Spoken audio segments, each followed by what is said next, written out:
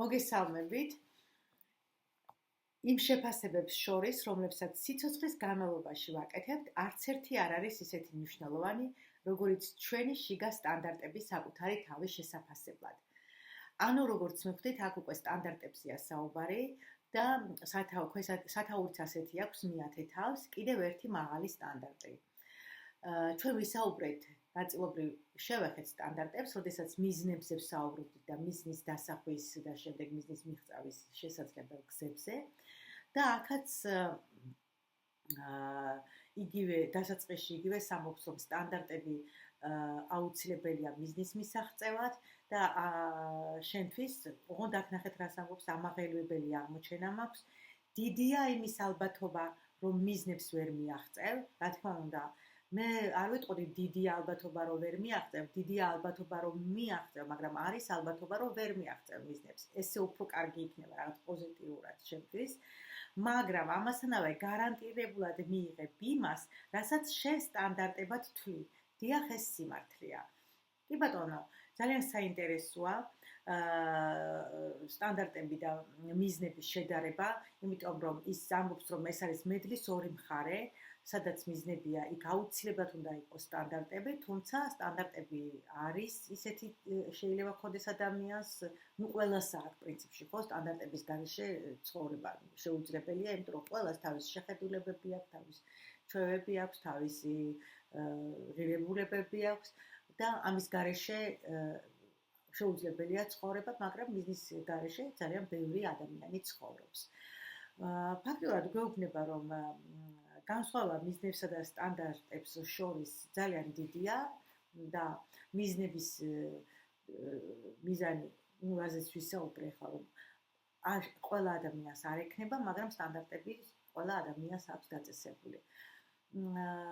მე გეტყვით ჩემი მხრიდან იმასაც, რომ მიზნის გარეშე ცხოვრება ძალიან უინტერესო და დამღლელია. შესაბამისად, სტანდარტები უმნიშვნელოვანესია იმისთვის, რომ დააწესოთ თქვენი მიზნები და მიაღწიოთ იმ მიზნებს, ანუ მიზნები ყოველთვის როგორც ვიცით, ემსახურება გაუმჯობესებას, ხო, ცხოვრების დონის ამაღლებას. და შესაბამისად, ამ წარმატებული ცხოვრების მიღწევისთვის სტანდარტებით შესაბამისი უნდა იყოს. ანუ გავიმეორე, ხო, შესაბამისი უნდა იყოს. არა უშუალო სტატოლოგია გამოვიდა, მაგრამ მიზნების მიღწევას სჭირდება შესაბამისი სტანდარტი. აქ აქვს ახლა შემდეგ ქვესათაურია ესეთი, რასთან შესაძლებლად ხარ მზად. როდესაც მიზანს დაისახავ, უნდა გადაწყვიტო, შეძლებ თუ არა შევეგო მიზნის მისაღწევად აუცილებელ სტანდარტებს. ეს ეხება არა მხოლოდ იმას, რისი გაკეთებაც ცხოვრებაში წინსვლისთვის გჭირდება, არამედ შენი შემწყნარებლობის დონე შესაძლოა უკავშირდებოდეს სხვადასხვა სფეროს, როგორებიცაა მაგალითად ურთიერთობები, ლიდერობა, კომერციული გარიგებები და ასე შემდეგ და ასე შემდეგ. ნუ მოკლედ, რასთან შესაძლებლად ხარ მზად? ეს საკმარისად საინტერესო შეკითხვაა. მაგალითად, შეგიძლია თუ არა უკვე მიზან მიღწეული, როდესაც არის ადამიანი, შეგო იმ ადამიანებთან ურთიერთობებს, ვისთანაც ამდენი ხანი გქონდა, ანუ ვისთანაც ეხლა გაქვს ურთიერთობა, არ აქვს მნიშვნელობა რა მიზანი გაქვს დასახული, ხო? აი მაგალითისთვის განვიხილოთ სიტყვაზე, თუ შენ გაქვს, აი უფრო დეტალურად ჩავშლი, რომ გასაგები იყოს. თუ შენი ხელფასი ეხლა არის არ ვიცი, დავუშვათ $1000-1500 და შენ გინდა გარკვეული დროის შემდეგ გაქვს ესეთი დასახული მიზანი, რომ თვეში გქონდეს $10,000 ან არ ვიცი, ლარი ან როგორც გინდათ ისე და არქვით, გაუმჯობესოთ თქვენი მატერიალური მდგომარეობა და ძალიან მაღალი გახაროთ, ხო? იმასთან შედარებით, რაც ეხლა გაქვთ. და ამისთვის აკეთებთ, დაისახეთ მიზნები, გინდათ მოგიწევთ შრომა, მოგიწევთ სწავლა, მოგიწევთ დაბრკოლებების გადალახვა, ეს ყველაფერი აუცილებლად მოგიწევთ იმისთვის, რომ გაიუმჯობესოთ ეს მატერიალური მდგომარეობა და 1000-დან სიტყვაზე 10,000 ახვიდეთ, 10,000-დან 100,000-ზე და ასე შემდეგ. მაგრამ ამ დროს თქვენ გაქვთ პარტნიორი, რომელიც იგივენაირი ხელფასზეა, დღეს ორივე თანაბარ დონეზე იმყოფებით, მასაც შესაბამისი ხელფასი აქვს, რაღაც 1000, 1500 ან 2000, არ აქვს ამას მნიშვნელობა. ყოველ შემთხვევაში ერთად ხართ ძალიან კარგად და ერთ დონეზე იმყოფებით თითქმის. და ამ დროს თქვენი აი ეს გაზრდილი მოთხოვნილება, შესაბამისად დასახული მიზანი დიდია და მიაღწიეთ ამ წარმატებას. დარწმუნებული ხართ იმაში, რომ თქვენ მოგინდებათ ამ თქვენ პარტნიორთან დარჩენა, რომელიც საერთოდ არ აპირებს არანაირად არც გარისკვას, არც მზად არის დამატებითი შრომისთვის თუნდაც, დამატებითი დაბრკოლებების გადასალახად, დამატებითი აი როიტყურა თვითონ მისი გადმოსახედიდან ეს იქნება ზედმეტი თავის მკვლევა და თქვენთვის კიდე პირიქით ძალიან აღმაფრთოვანებელი და ძალიან ესეთი ისეთი მოტივაცია გაქვთ, რომ მოგლეთ ძალიან ბედნიერი ხართ აი ამ მიზნები რო დაისახეთ და გინდათ რომ ამას მიაღწიოთ. დაფიქრდით კიდევ ერთხელ, შეგეძლებათ თუ არა იმ ადამიანთან ურთიერთობა, რამდენად კარგად იქნებით ერთად ურთიერთობაში, თუ თქვენი ღირებულებები, თქვენი აი ეს ასრულებული მიზნები, რაც და თქვენი სტრატეგიები, რაც დასახეთ ამ მიზნის მისაღწევად, შესრულდება. ადამიანები ზოგადად გიყურებენ და გააღიარებენ შენი სტანდარტების შესაბამისად და თუ ამ ეტაპზე თქვენი სტანდარტები დაახლოებით ერთნაირია, ანუ თანხმედრაშია, შემდეგ გახდება უფრო მაღალი, შესაბამისად დიდ მიზნებს მაღალი სტანდარტები სჭირდება, შესაძლოა თქვენ მათ ვერც მიგიყონ. სულ ერთია ეს ვინ იქნება პარტნიორი, კარგი მაგალითი გამიხილეთ ახლა, მაგრამ ასევე არის ეს არ ეხება მხოლოდ პარტნიორებს. პარტნიორები, მეგობრები, ნათესავები, შიდაწრე, მაგალითად კიდევ ერთი მაგალითი მოვიყვანოთ, განვითარების გსურთ განვითარება, თუნდაც სულიერი განვითარება, თქვენ უკვე რაღაცა სხვა მაღალი იდეებით აზროვნებთ, უკვე მაღალი იდეებით ცხოვრობთ, მოქმედებთ და ამ დროს თქვენი მეგობრები, რომლებიც სულ რამოდენიმე წლის წინ დაახლოებით ერთნაირად იყავით და ერთნაირად ფიქრობდით და ძალიან ეთანხმებოდით, ყველაფერში ეთანხმებოდით თითქმის ერთმანეთს, ეხლა ვეღარ გაგიგებენ. ხართ ამისთვის მზად? ასე რომ თქვენი მე სწორედ მივხვდით ალბათ ხო, ისე თქმაც მინდოდა და თქვენი შესაბამისი თქვენი სტანდარტები არ იქნება მის სტანდარტებთან შესაბამისობაში და ამისთვის უნდა გქონდეთ მზაობა. ანუ ამაზე მიზნებთან დაკავშირებით თუ ვინმეს გაინტერესებთ და აგინახავთ, წინა თავსაც გადახედეთ, დაახლოებით ერთი და იგივე თემა, უბრალოდ განსხვავება იმაშია, რომ იქ მიზნებზე იყო აქცენტი და აქ არის სტანდარტებზე. ხო, რაც შეეხება იმას, რომ ნახე რა წერია, მე ესენი ვილაპარაკე და აღარ მინდა გავიმეორო. თუ არ შეცვლი შენ სტანდარტებს, შენი მიზნები ფუჭი იქნება. ეს ჩვენ ვისაუბრეთ და დაახლოებით მართლა ერთი და იგივე სწובה და ამას გამოვტოვებ მე და გადავიდეთ იმაზე, რომ როდესაც ადამიანს აქვს თავისი სტანდარტები დაწესებული, ძალიან რთული იქნება ამ ადამიანს ვინმე დაურღვიოს საზღვარი. ანუ, როდესაც შენ მიდიხარ განვითარებისკენ, არ აქვს მნიშვნელობა რა კუთხით, განვითარება ყოველთვის არის, როგორ იცით, სულ სხვა საფეხურზე გადადიხართ ცხოვრების. ანუ ცვლილებებს იწვევს თქვენს ცხოვრებაში. და ადამიანი, რომელიც უკვე იმ ეტაპზეა, მას კარგად შეუძლია საზღვრების დაცვა. აქ ყავს მოყვანილი მაგალითები, რომ აუცილებლად უნდა დაიცვათ, აქ აქვს გაჟღერებული, აუცილებლად უნდა შეცვლოთ საზღვრების დაცვა, მაგრამ მე რაღაცნაირად შევცვალე, იმიტომ რომ ჩემი დამოკიდებულება როგორია, იცით, როდესაც შენ ფიქრობ, რომ მაღალი სტანდარტები გაქვს, ანუ ძირითადად მაღალი სტანდარტების ადამიანს ყოველთვის უკვე თავისი საზღვრები დაცული აქვს. თუმცა გვიხსნის ავტორი, რომ თუ ვინმე გეტყვის ისეთ რაღაცას, რაც შენს პატივისცემას აკნინებს, ანუ შენს პატივმოუყარეობას უბრალოდ აკნინებს, ანუ პატივისცემას არ გამოხატავს თქვენს მიმართ, ხო? უპატივცემულობა არის თქვენს მიმართ. გეტყვით ისეთ რამეს, ან გააკეთებს ისეთ რამეს, რაც თქვენ არ გინდათ, ან თქვენთვის არ არის ღირებული, მაშინ ნუ გეწყინებათ. იმიტომ რომ გამოდის რომ თქვენი საზღვრები არ არის დაცული და ამაზე აუცილებლად უნდა დაფიქრდეთ და გააგრძელოთ ამაზე მუშაობა. წინააღმდეგ შემთხვევაში თქვენ არ გაქვთ მაღალი სტანდარტები დაწესებული და შესაბამისად მიზნებთან მისვლაც ესეთ ადამიანს გაუჭირდება. გაუჭირდება კი რა დიდი ალბათობით თუ არ არის ადამიანი საზღვრები არ აქვს დაცული, არ არის თავდაჯერებული, სხვის აზრი მასზე აახდენს ძალიან დიდ გავლენას. ეს არ შეესაბამება მაღალ სტანდარტებს. ეხლა რას გვეუბნება? იფიქრე ტვინზე, როგორც ბლენდერზე. როგორც კი ახალ იდეებს გაეცნობი, შენი ტვინი იღებს მათ. განურჩევლად იმისა, ეთანხმები მას თუ არ ეთანხმები. კი ბატონო, ნამდვილად ასია. ადამიანს აქვს ცნობიერი და ქვეცნობიერი, რა თქმა უნდა, როდესაც შემოდის ჩვენში ინფორმაცია, თუ ჩვენ ამაზე ვიფიქრეთ, მაგალითად არ მოგვიწონს რაღაცა გვითხრა ჩვენმა ახლობელმა მეგობარმა, არ ვიცი რა მნიშვნელობა აქვს ამ კოლეგამ და ჩვენ არ მოგვწონს, გავბრაზდით, არ დავეთანხმეთ, დავიჭირეთ საზღვარიც, რომ შემოგთავაზა მაგალითად ის რომ დარჩი სამსახურში და უფრო მეტი გააკეთე. ან რაღაცა, თავის გასაკეთებელ საქმეს შენ გავალებს. რა თქმა უნდა, ეს არ არის სწორი და თქვენ არ აკეთებთ ამას, დაცული გაქვთ საზღვრები, იცით როგორ უნდა მოიქცეთ, თქვენ სტანდარტებში ეს არ შედის, მაგრამ საქმე იმაშია, რომ შეიძლება გაბრაზდეთ, გეწყინოთ, რამოდენიმე ხანი დღე, საათი ან დღე ან თვე, რა ვიცი, დიდი ხანი შეიძლება დიდი ხანით გაგრძელდეს, იფიქროთ ამაზე.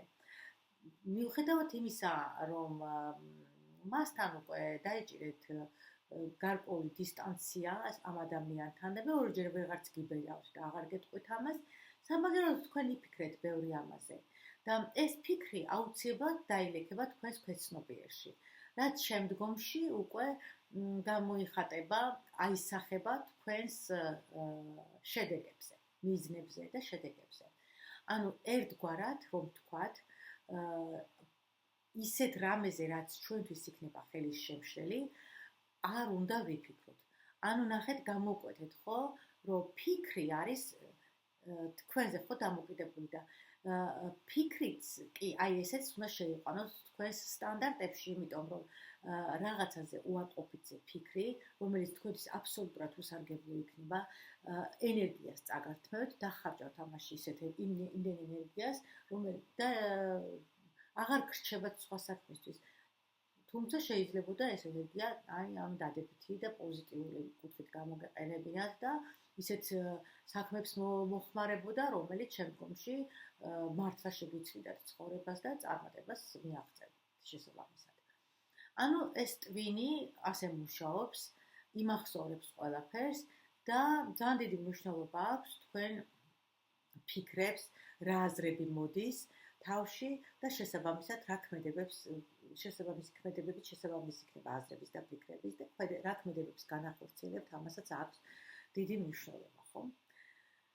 ასე რომ, შენთვის განკუთვნილი ცვლილებების გასააქტიურებლად უნდა მიიღო გააზრებული გადაწყვეტილება, აიღო მხოლოდ ის ინფორმაციაზე აქ საუბარი, რაც შენთვის ფასეულია და დაკვირვებით გამოიყენო შენი უნიკალური სტანდარტების შესაქმნელად.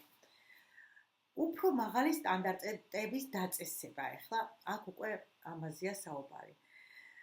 ახლა ჩნდება შეკითხვა, როგორ მივაღწევ უფრო მაღალი სტანდარტების დაწესების ფორმულა რა არის, ხო? აი, ამ დროს ერთვება თამაშში ესეთი სტანდარტი. სტანდარტები არის კონკრეტული ერთობლიობა მოქმედებისა, რომლებიც შენი მიზნის მისაღწევად უნდა განახორციელო. მოცემულ შემთხვევაში შესაძლოა უფრო მეტ კლიენტს უნდა დაურეკო, ან ბიზნეს კურსებზე უნდა იარო, რაც შენს ფასს გაზრდის და დაწინაურების უფრო მიმზიდველ კანდიდატად გადაგაქცევს. ანუ ცოდნა უნდა აიმაღლო, უფრო უნდა აწიო შენი დონე იმ საკითხში, რა საკითხშიც გსურს ამ წარმატების მიღწევა, რა თქმა უნდა.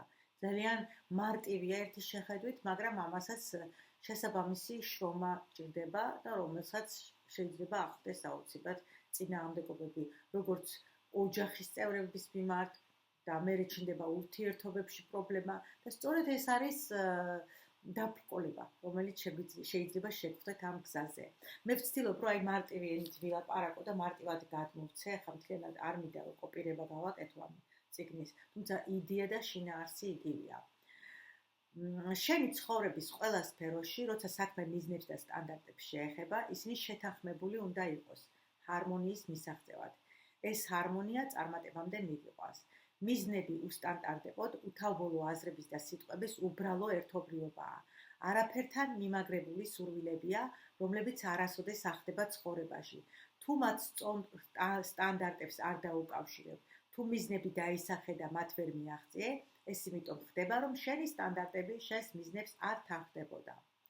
კი ბატონო, ესეც ვისაუბრე, თითქმის ერთი და იგივე სიმეორებს ამ ორ თავში და რაღაცნაირად მაინც არ მინდოდა რომ გამომეტოვებინა ეს თავი და მაინც მინდა გაგიზიაროთ.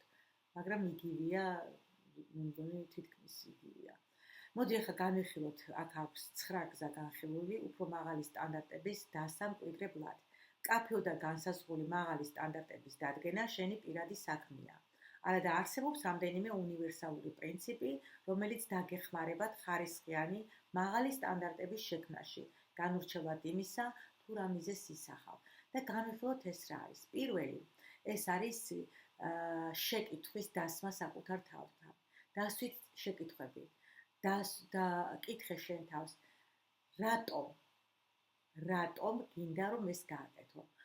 მაგალითად, 20 კილოგრამის დაკლება გინდა და დააკონკრეტებ, ხო, ამ ყველაფერს, ამაზე ვისაუბრეთ ჩვენ მიზნების განხილვის დროსაც და მომიწევს იგივეს გამეორება და კონკრეტება, ნამდვილად გინდა თუ არა და რატომ გინდა.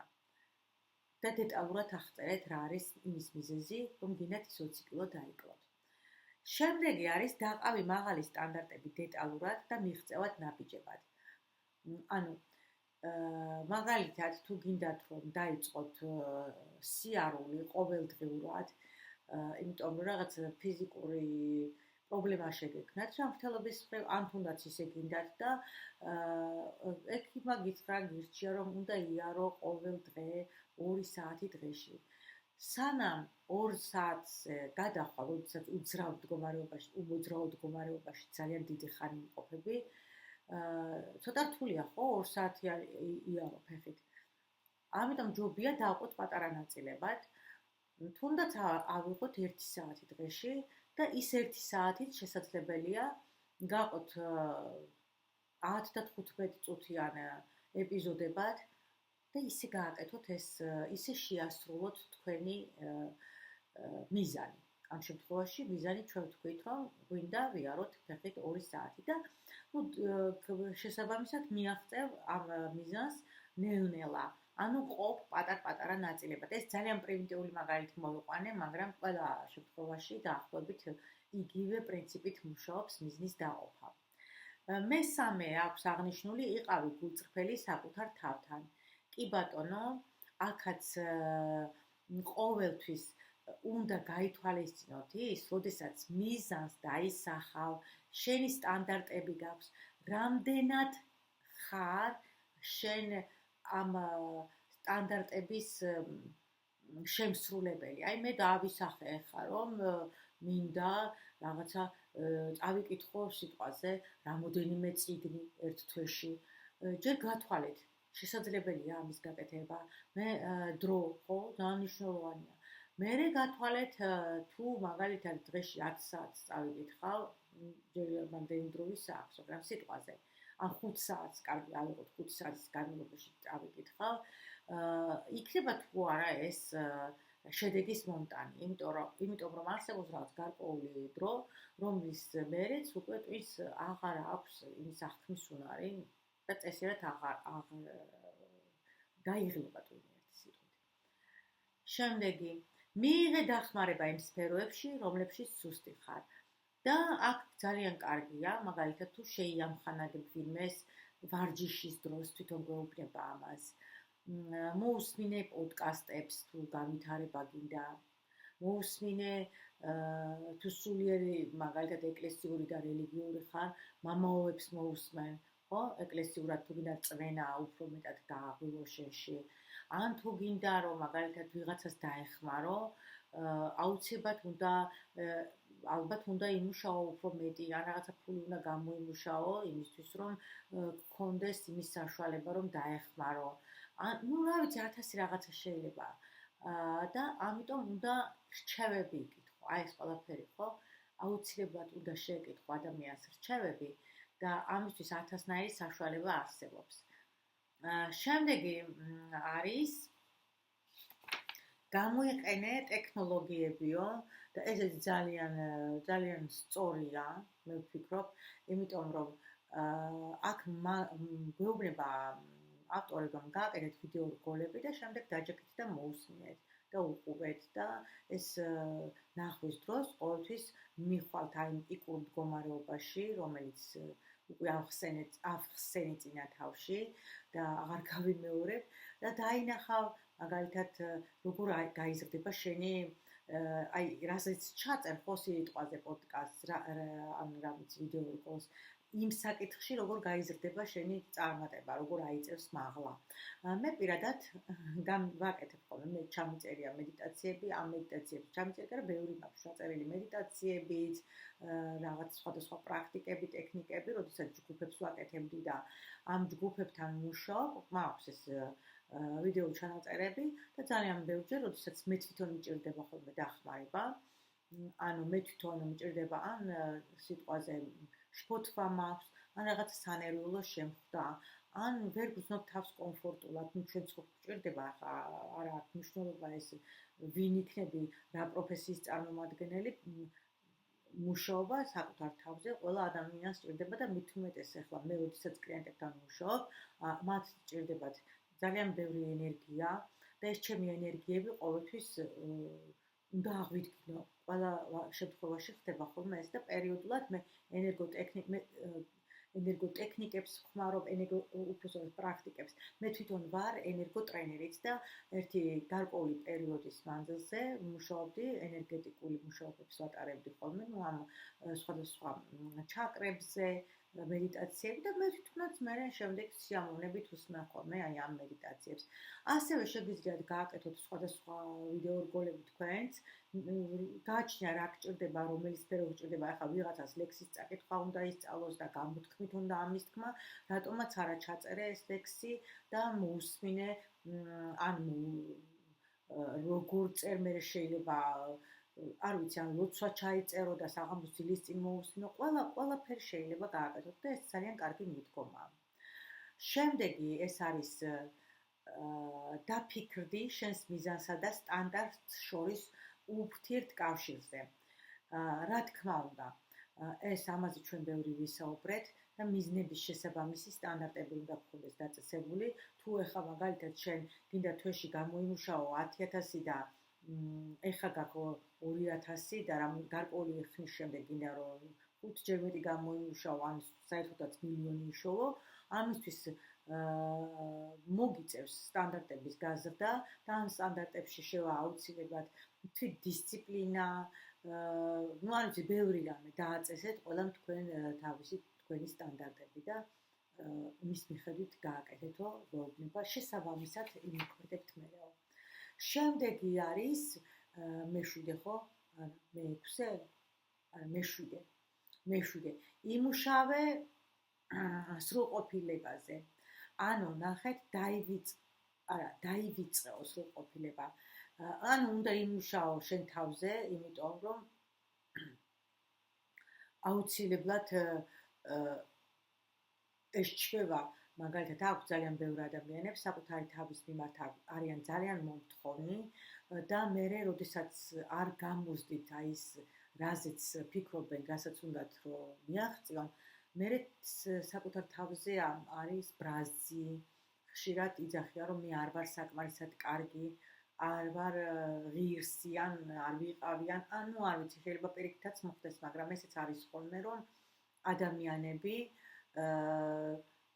ფიქრობენ, რომ თვითონ უნდა იყვნენ სრულყოფილები და მე ვიტყოდი, რომ სრულყოფილება არ არსებობს, ნამდვილად არ არსებობს, ყველანაირად ადამიანი ვერ იქნება სრულყოფილი, ჩვენ გვაქვს შეცდომების დაშვების უფლება, ჩვენ გვაქვს ასევე ადამიანს გვაქვს იმის უფლება. აი თუნდაც მაგალითისთვის ავყოთ ძალიან ბევრი ადამიანი, რატომ მაქვს მე შფოთვა, უთქვიათ, ხო? იმიტომ რომ ეს ნორმალურია, რაღაცისგან გიცავს. ან რატომ ვერ ვაკეთებ? იმით რაღაც საქმეს ვცდილობ და არ გამომდის. შენ ნუ მოითხოვ შენ სრულყოფილებას, მაგრამ თუ რამე არ გამოგდის და თვლი რომ მეტი გაქვს სასწავლი, აი თვისე უკეთესად, მეტი იშრომე, მეტი გააკეთე და თუ უკვე ფიქრობ რომ ეს საკმარისია, მაგრამ რაღაც მაინც არ გამოდის, შეიძლება იქ რაღაც პატერნები იყოს შენში და იმაზე მოგიწიოს მუშაობა, შეიძლება მეორადი სარგებელი იყოს რაღაცა, ან შეიძლება სულაც არ უნდა სამყაროს რომ შენ ეს გააკეთო. იფიქრეთ ამაზე. ძალიან ბევრი მიზეზი არსებობს იმის, რომ ჩვენ დავინახოთ იმ უარყოფით შენი წარუმატებლობაშიც კარგი დავინახოთ ერთი სიტყვით.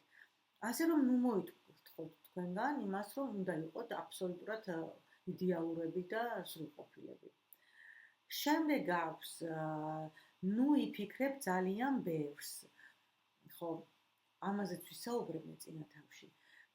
ბევრი ფიქრი, ნუცა როგორი გამოთქმა, ფიქრი კარგია, მაგრამ ბევრი ფიქრი ცუდიაო. რომელიღაც აღარ მახსოვს ვისი ფრაზაა. იყავი მონდომებული და გულმოდგინე, ოღონდ ღვთის გულისთვის საკუთარ თავს ძლიერე და საქმეს მიხედე. შემხედრია ათასობით ადამიანი, რომლებიც საკუთარი თავის დაუძინებელი მტრები გახდნენ ზედმეტი ფიქრის გამო.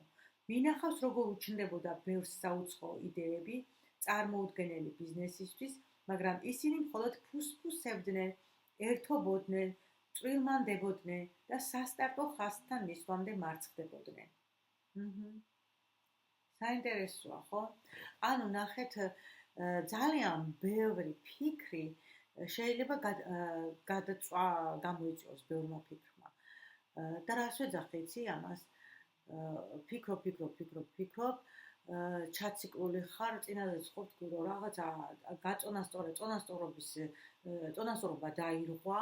იცით რა მახსენდება? ვადიმ ზელანდი გამახსენდა ეხლა. მას აქვს რეალობის ტრანსერფინგი და ეს წაიკითხეთ აუცილებლად, იქ არის ეს კანონი, რომ აუცილებლად უნდა იყოს გაუშვა, დააგეგმე, გაქვს შენი სტანდარტები, აკეთებ ყველაფერს იმისთვის, რომ მიაღწიო მიზანს, გაქვს შენი გეგმა, მიყვები ამ გეგმას და ნუ გაიფიქრებ. აღარ იფიქრო, იმიტომ რომ შენ დარღვევ რაღაც აი ერთ-ერთ კანონს, სამყაროს კანონი, როდესაც რამეზე ხარ მუდმივად აი ესე ჩაციკლული, ჭყალებში ვიტყოდი, აუცილებლად სასწორის ერთი პინა ქვევით ჩამოიწევა და ვერ მიიღებ შედეგს. ასე რომ აი იფიქრეთ ამაზეც. შემდეგი დაადგინე სტანდარტები, რომ საკუთარ თავს ასიამოვნო. ხო, ეს ძალიან მომწონს და ღირებულია ნამდვილად ეს პუნქტი. ჩემთვის ყველა ღირებულია, მაგრამ ასიამოვნებ საკუთარ თავს. მაგალითად, ხო, როდესაც მიზნის წინ მიდიხარ და რაღაცა პატარა ნაბიჯებად ხო დავყავით ჩვენ ეს მიზანი. დავყავთ აუცილებლად, ამაზე ბევრი ვისაუბრე, უკვე ორი შეხვედრა მიზნებს მიუძღვენით ფაქტურად. წინა და ეხლაც იგივეა. და როდესაც შეასრულდება ერთი ეტაპი მიზნის მიღწევის გზაზე, აუცილებლად დაასაჩუქრეთ თქვენი თავი. მაგალითად, თუ დიეტაზე ხარ, ერთი ნაჭარი დამცვლის მირთმევის უფლება მიეცი. თუ რაღაცა ისეთი, ან რაღაცა, არ ვიცი, ურთიერთობებში გაქვს წარმატება თუ კარიერაში თუ, არ ვიცი, ნებისმიერ რამეში რაღაცა ისწავლე და კარგად გამოგდის, თქვენ თავს აჩუქეთ ისეთი რაღაცა, რომელსაც დიდი ხანია პირდებოდით და ვერ ჩუქნიდით. პატარა სიურპრიზი გაუკეთეთ. ასევე ძალიან მნიშვნელოვანია აქ, რომ ისეთი სტანდარტები დააწესო სხვებთან მიმართებაში, რომ ადვილად არ შემოიჭრნა თქვენს სივრცეში, ფსიქოლოგიურად ან ფსიქოლოგიური იცით რა манипуляციები ძალიან ხშირად არიან ადამიანები манипуляციების სვეტლი. აი მაგალითად გინდათ რაღაცა მიზანი გაუზიაროთ თქვენს ახლობელ ადამიანს, ანუ თუნდაც ოჯახის წევრს და შეიძლება ისეთი რაღაცა გააკეთოს, რომ მთლიანად მიზნის მიღწევის სურვილი დაგიკარგოთ, ან ისეთი დაბრკოლება შეგექმნათ მიზნის მიღწევის გზაზე, რომ მოკლედ ერთი სიტყვით დაიცავით საკუთარი თავი. ასეთი ადამიანებისგან მოუფრთხილდით საკუთარ თავს. კიდე რა მინდა იცით მე თქვენ, ზოგიერთი ადამიანები მე მინახავს ესეთი ადამიანები, რომ საკუთარ საქმეს გადადებენ და სხვა ადამიანს დაეხმარებიან. მე არ ვიძახი ამაში, ცუდია რამე, ისეთი ძალიან ცუდი რაღაც აქციელია. პირიქით ისინი ძალიან კეთილები და როგორები არიან იცით? მოკლედ მე რისი თქმა მინდა. არავითარ შემთხვევაში არ გადადურში მის საქმე იმისთვის, რომ სხვას გაუკეთო. ეხლა ერთია რომ რას ჭირდება, ეხლა თუ ადამიანი თუდად არის ან რაღაცა სერიოზული პრობლემა აქვს და სიკვდილის სიცოცხლეზეა ლაპარაკი, შეგიძლია რა თქმა უნდა ეხლა არც ერთი საქმე არ ღირს იმის ფასად, რომ ადამიანის ჯანმრთელობას ან რაღაც სერიოზულ პრობლემას საფრთხე დაემუქროს და იმ დროს შენ გააკეთო. მაგრამ არა, როდესაც იმასაც სჭირდება და შენც იგივენაირად და იმასთან მიდიხარ და ეხმარები. აი მე მინახავს ნამდვილად ასეთი ადამიანები და დარწმუნებული ვარ თქვენც გავიგიათ, გსმენიათ ან შეგხვდრიათ ასეთი ადამიანები ცხოვრებაში. მათ ერთი პირველი ხა რა მოძრავებთ. შეიძლება ამოძრავებდეთ ის, რომ ისინი სხვის ცხოვრებაში მათ ძალიან უყვართ სხვის ცხოვრების განხილვა, ჩარევა, აინტერესებთ. მეორე არის ის, რომ უნდათ რომ საერთოდ შეიძლება არ აინტერესებდეს სხვისი ცხოვრება, მაგრამ მართლა უნდათ დახმარება, იმიტომ რომ თვითონ თავიანთი თვითშეფასება აიმაღლონ, აი მე ძალიან კარგი ტიპი ვარ, ამას ახლა შეიძლება ცნობიერად ვერაცნობიერებდეს ადამიანი. ქვეცნობიერი პროცესი იყოს. რომ აი თავის საკუთარ თავს უმტკიცოს, რომ მე ძალიან კარგი ტიპი ვარ და ესეთი კეთილი ვარ. და მესამე არის კიდე რომ აი გულწრფელად შეუძლია რომ და თავის საქმე გადადოს და წამოყვეს ან რა ვიცი სხვას გაუკეთოს იგივე საქმე სიტყვაზე, ნამდვილად ფიქრობენ ესენი, რომ ისინი სხვა ადამიანი უფრო იმსახურებს, ვიდრე თვითონ. რატომ ფიქრობენ ამას? იმიტომ რომ ეს ტრავმების შედეგია. იმიტომ რომ მას ასწავლეს შეიძლება, ან უთხრეს, რომ შენ კი არ მაგალითისთვის ხო, შენ ახლა დაანები თამაში თავი და შენ პატარა დას ან ძმას მიხედე. ეს ნორმალურია, ამას რა კაცრად კი არ ეუბნებიან, ან რაღაცა დედა და მამა იმიტომ კი არ ეტყვის ამას, რომ ოჯახის წევრი რომ არ უყვართ. არა, უბრალოდ ესე იცოდნენ მათაც და ახლა თავშოს უთხრეს ბავშვობაში ხარ, რომ პატარა რო იყო, რომ შენ უნდა მიხედო შენ უმცროს ძმას, ან უმცროს დას, ანუ შენ რომ მოგცემენ რაღაცას, აუცილებლად შენ კი არ უნდა შეჭამო, ჯერ იმას უნდა ჭამო. არ მოგესმათ ხახო, მე მინახავს ესეთი ადამიანები. ესეთი ოჯახებთან მქონია ურთიერთობა. ჯერ იმას უნდა აჭამო და თუ არ დაგრჩება არა უშავს. მე რა რომ იმას მთლიანად შეჭამს. ამ პროცესი არ ხდება და ამ ადამიანს ჩამოუყალიბდება ეს ასეთ ბავშვს მე რო გაიზრდება, ან ძალიან ეგოისტი იქნება, ან ძალიან გაბოროტდება და არ ვიცი კიდე რა იქნება, ხა აღარ მინდა ამ საქმეების გარჩევა, ამ თემაზე გაანხილვა, მაგრამ ან იქნება ესეთი ის კომპლექსი, ესეთი პატერნი ჩამოყალიბდება, რომ მე არ ვიმსახურებ, მე არ ვარ ამის ღირსი, მოდი იმას გავუკეთებ და გაყვება სხვას გაუკეთებს და თვითონ დარჩება მოკლედ აი ესეთი სტანდარტებით ვერ მიაღწევა მის ასო. ნახეთ, აი ეს ყველაფერი რაც ჩამოვთვალე, ეს არ არის მაღალი დონის სტანდარტები. ანუ კიდე გვეუბნება იმას, რომ სტანდარტების ამაღლება არის ძალიან როგორი პროცესით მუდმივი რა, შეიძლება შეიცვალოს შენი სტანდარტები, მე სხვანაირად ჩამოყალიბდეს, იმიტომ რომ მიზნები იცვლება, ცხოვრება იცვლება, სხვადასხვა სიტუაციებში სხვადასხვანაირად ვიქცევით, დროსთან ერთად ჩვენც ვიცვლებით და ყველაფერი ცვალებადია. და ეს სტანდარტებიც ცვალებადობას ემსახურება, მაგრამ რაც მთავარია და მნიშვნელოვანია, ეს არის მუდმივი პროცესი. ეხლა გადავიდეთ მაღალი სტანდარტების შედეგებზე. ცვლილებებს შედეგები მოსდევს, უფრო მაღალი სტანდარტების დადგენა შედეგებს წარმოშობს. როდესაც კიდევ ერთის პრინციპით მოაზროვნეები უფრო მაღალ სტანდარტებს ადგენენ, გადაეყრებით შედეგებს კარგსაც და ცუდსაც. კარგი აშკარა თვალსაჩინოა, როდესაც შენი მიზნები შეესაბამება შენს უფრო მაღალ სტანდარტებს, უფრო სრულყოფილი და სასიამოვნო ცხოვრებით დატკბები. როცა ამ პროცესში შენი ცხოვრების რამდენიმე სფეროში გაიმეორებ, ძლავ ტრანსფორმაციას განიცდი. შენ არა მხოლოდ საკუთარი თავის მიმართ გექნება უკეთესი დამოკიდებულება, არამედ სხვების მიმართაც. ანალოგიურად, გარშემო მყოფნი მიხვდებიან, რომ შენ უფრო მაღალი თამასა დააწესე შენდამი დამოკიდებულების მიმართ და შესაბამისად მათი უმრავლესობა შეასრულებს ამ მოთხოვნებს და უფრო მეტი პატივისცემით მოგექცევა. ხო, ნუ ეხლა აქ კი ბატონო, ესია, მაგრამ ისიც გაითვალისწინეთ, რომ აქ შეიძლება გააჩნდეს შურიც, რა ვიცი, ძალიან ბევრი რამე შეიძლება გაჩნდეს და ამისთვისაც მოემზადეთ ამაზე ძალიან ბევრი ვისაუბრე, ხო? ნუ, აი სულ ეს იყო. მაპატიეთ იმისთვის, რომ თითქმის იგივე რაღაცები იყო წინაზე რაც იყო, მაგრამ ეს ჩემი ბრალი არ არის, აგერ ესე აქვს განხილული. შემდეგში განვიხილოთ კიდევ ერთი შეუძლებელზე მოფიქრალი და შესაძლებლობის მიმღწევი. დაგემშვიდობებით და ალბათ თქვენიცით წარმატებებს გისურვებთ. მშვიდობიანი დღე.